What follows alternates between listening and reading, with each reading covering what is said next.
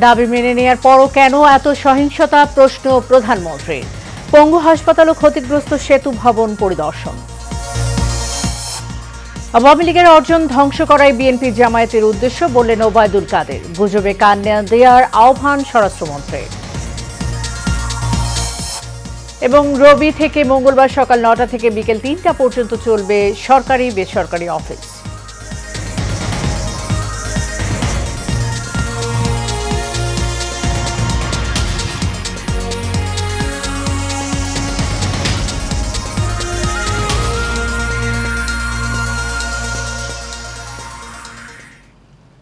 স্বাগত এশিয়ান নিউজের সাথে আছি সাবরিনা জিয়া।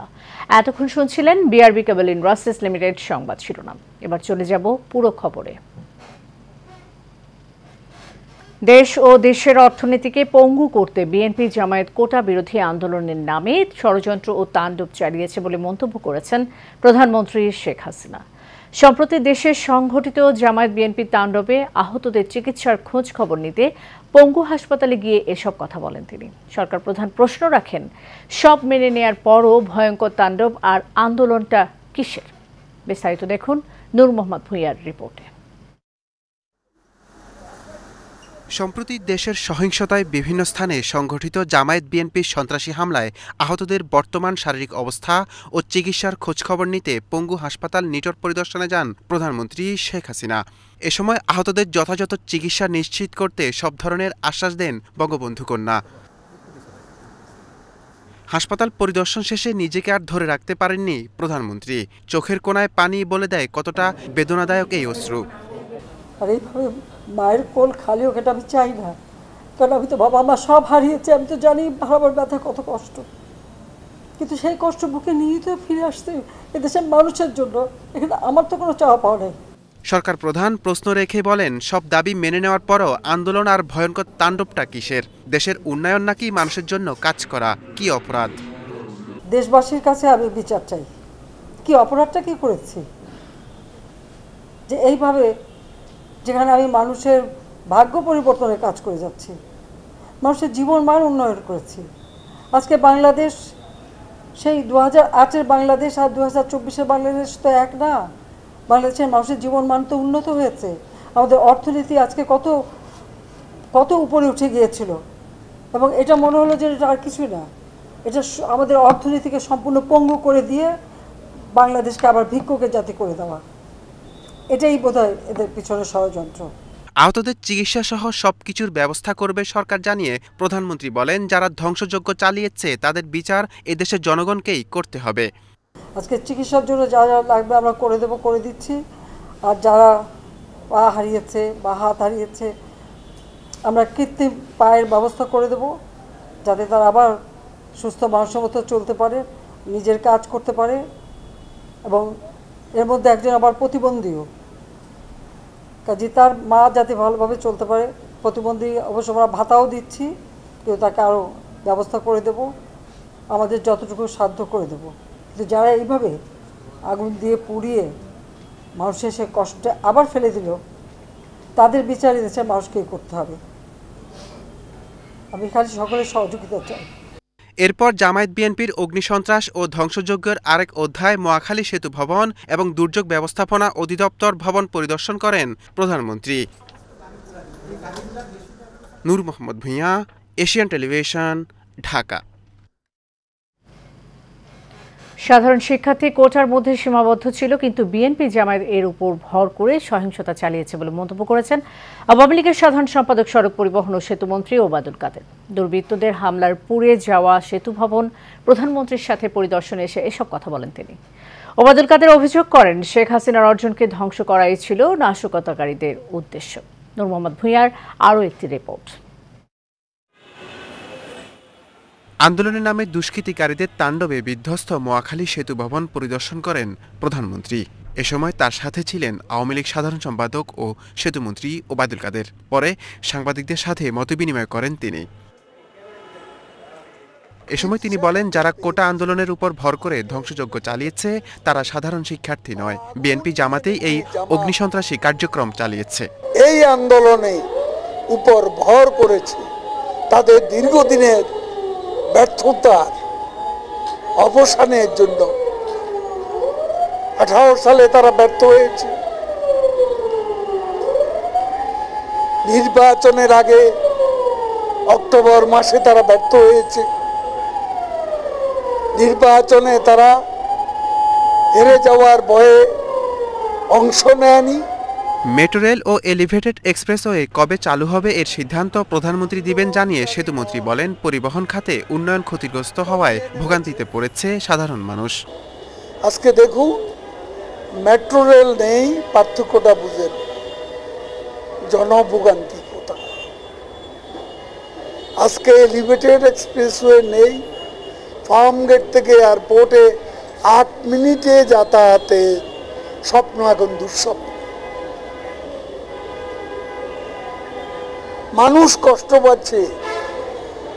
উত্তরা থেকে হাজার হাজার মানুষ ঢাকা আসার জন্য চেষ্টা করছে। যারা সহিংসতা করে সাধারণ আন্দোলনকে রাজনৈতিক রূপ দিয়েছে তাদের বিরুদ্ধে মুক্তিযুদ্ধের সপক্ষের শক্তিকে ঐক্যবদ্ধ হওয়ার আহ্বান জানান আওয়ামী লীগ সাধারণ সম্পাদক। মুক্তিযুদ্ধের সপক্ষে সকল শক্তিকে শেখ হাসিনার নেতৃত্বে ঐক্যবদ্ধ হওয়ার আমরা আহ্বান জানাচ্ছি। নূর মোহাম্মদ ভূঁইয়া, এশিয়ান টেলিভিশন, ঢাকা।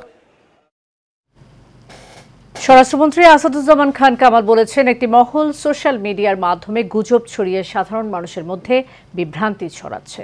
ছাত্র আন্দোলনের নেতারা নতুন যে 8 দফা দাবি দিয়েছে, প্রধানমন্ত্রী বলেছেন তার মধ্যে যৌক্তিক দাবিগুলো পর্যায়ক্রমে মেনে নেওয়া হবে।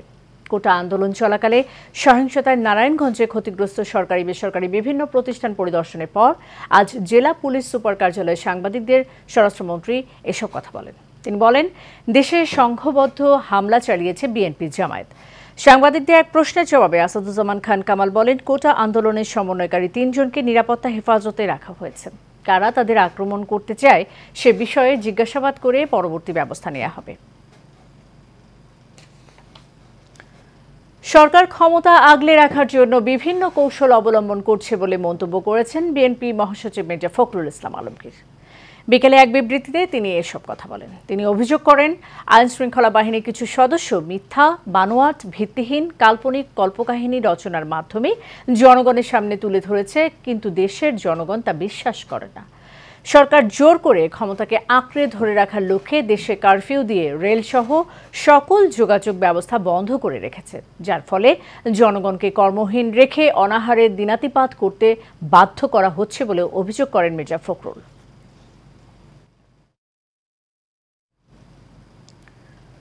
আগামীকাল থেকে নতুন সূচিতে চলবে সরকারি বেসরকারি অফিস। আজ জনপ্রশাসন মন্ত্রণালয় থেকে জানানো হয়, আগামীকাল থেকে মঙ্গলবার পর্যন্ত সকাল 9টা থেকে বিকেল 3টা পর্যন্ত সরকারি বেসরকারি অফিস চলবে। তবে ব্যাংকে লেনদেন চলবে সকাল 10টা থেকে বিকেল 3:30টা পর্যন্ত। আর আদালত কিভাবে চলবে এ বিষয়ে তারা নিজেরাই সিদ্ধান্ত নেবে। কোটা সংস্কার আন্দোলন ঘিরে নাশকতার ঘটনায় গত 21 থেকে 23 জুলাই সাধারণ ছুটির পর 24 ও 25 জুলাই সরকারি অফিস সকাল 11টা থেকে বিকেল 3টা পর্যন্ত চলে।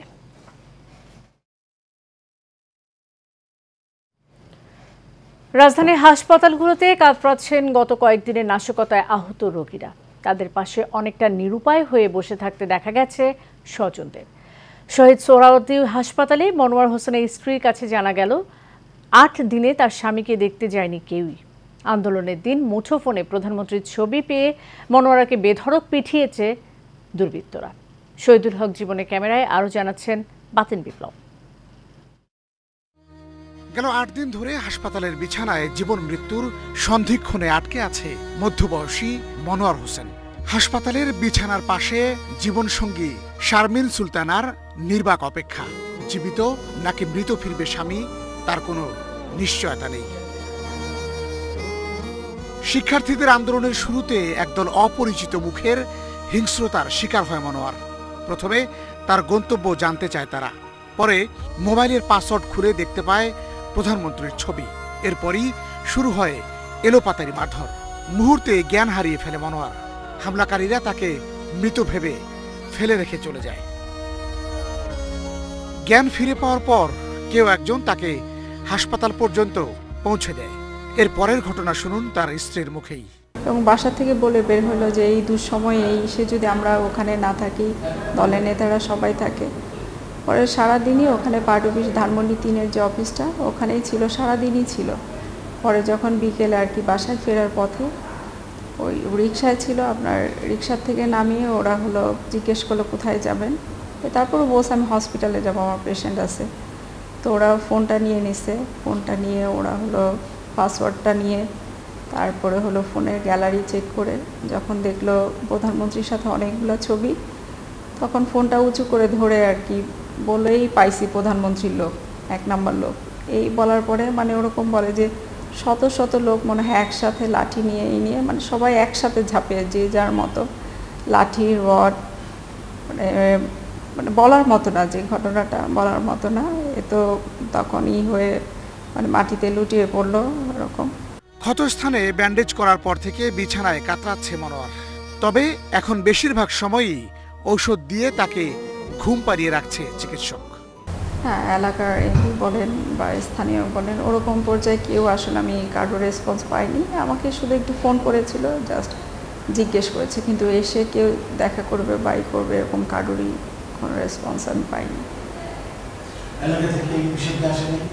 না, এলাকার এমপি সাহেব বেনজির ভাই উনি আসেনি, ওনার সাথে আমার ফোনে কথা হয়েছে, উনি ফোন দিয়েছিল, জাস্ট জিজ্ঞেস করেছে কি অবস্থা, বলার পরে অতটুকুই। 4 দিন, আজকে 8 দিন চলছে হসপিটালে। আমরা না, একবারও আসিনি। মনোয়ারের মতো এমন অসংখ্য ঘটনার জন্ম হয়েছে গেল কয়েকদিনের নাশকতায়। এখনো অনেকেই স্বজনের খোঁজে হাসপাতাল ও মর্গে হন্য হয়ে ছুটছেন। বাতান বিপ্লব, এশিয়ান টেলিভিশন, ঢাকা। দেশের পরিস্থিতি স্বাভাবিক অবস্থায় নিয়ে আসায় রাষ্ট্রপতি মোহাম্মদ শাহাবুদ্দিন, প্রধানমন্ত্রী শেখ হাসিনা ও সেনাপ্রধান জেনারেল ওয়াকারুজ্জামান, নৌ ও বিমান বাহিনী প্রধান, পুলিশ মহাপরিদর্শক ও র্যাবের ডিজিকে ধন্যবাদ জানিয়েছেন বঙ্গবন্ধু সৈনিক লীগের কেন্দ্রীয় কমিটির সভাপতি এবং এশিয়ান টেলিভিশন ও এশিয়ান গ্রুপের চেয়ারম্যান বীর মুক্তিযোদ্ধা আলহাজ হারুন রশিদ সাইফি। বিসমিল্লাহির রহমানির রহিম। জামাত, বিএনপি, শিবির যেভাবে দেশকে ধ্বংসের পথে নেওয়ার চেষ্টা করছিল, কী যে অবস্থা করছিল এটা বলার মতন নয়। মানুষ যে ক্ষতি হয়েছে আমার মনে কয়েক হাজার কোটি টাকা। যাই হোক, মাননীয় প্রধানমন্ত্রীকে জানাই ধন্যবাদ। আপনি যোগ্য সময় মতন আপনি সিদ্ধান্ত নিয়েছেন, সিদ্ধান্তের জন্য আমি হারুন এশিয়ান টিভির পক্ষ থেকে জানাই ধন্যবাদ। এবং জানাই ধন্যবাদ বাংলাদেশ সেনাবাহিনীর প্রধানকে, পুলিশ প্রধান, আনসার প্রধান, র্যাব প্রধান, সকলকে জানাই আন্তরিক এশিয়ান টিভির পক্ষ থেকে ধন্যবাদ জানাই। আল্লাহর কাছে দোয়া করি, আল্লাহ মানুষকে তুমি শান্তি দিও, আর মাননীয় প্রধানমন্ত্রীকে সুস্থ রেখো, ভালো রেখো, এবং সেনাবাহিনীর সকল সেনাবাহিনীকে জানাই আন্তরিক অভিনন্দন, এবং প্রশাসনের যত প্রশাসন আছে তাদের জানাই অভিনন্দন। খোদা হাফেজ, খোদা হাফেজ। জয় বাংলা, জয় বঙ্গবন্ধু।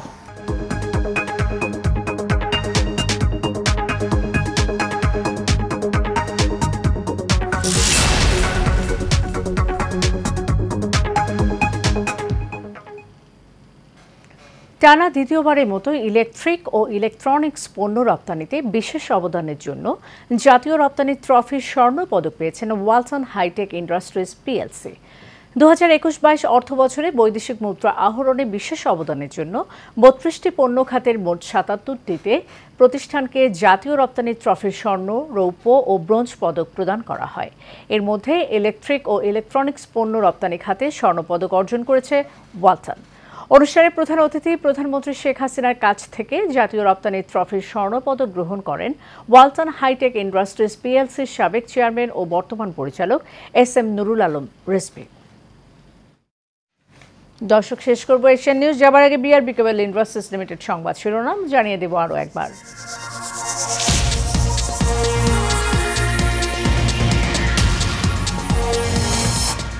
দাবি মেনে নেয়ার পরও কেন এত সহিংসতা, প্রশ্ন প্রধানমন্ত্রী।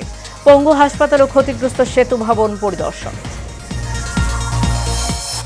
আওয়ামী লীগের অর্জন ধ্বংস করাই বিএনপি জামায়াতের উদ্দেশ্য বললেন ওবায়দুল কাদের। গুজবে কান না দেওয়ার আহ্বান স্বরাষ্ট্রমন্ত্রী। এবং রবি থেকে মঙ্গলবার সকাল ৯টা থেকে বিকেল ৩টা পর্যন্ত চলবে সরকারি বেসরকারি অফিস।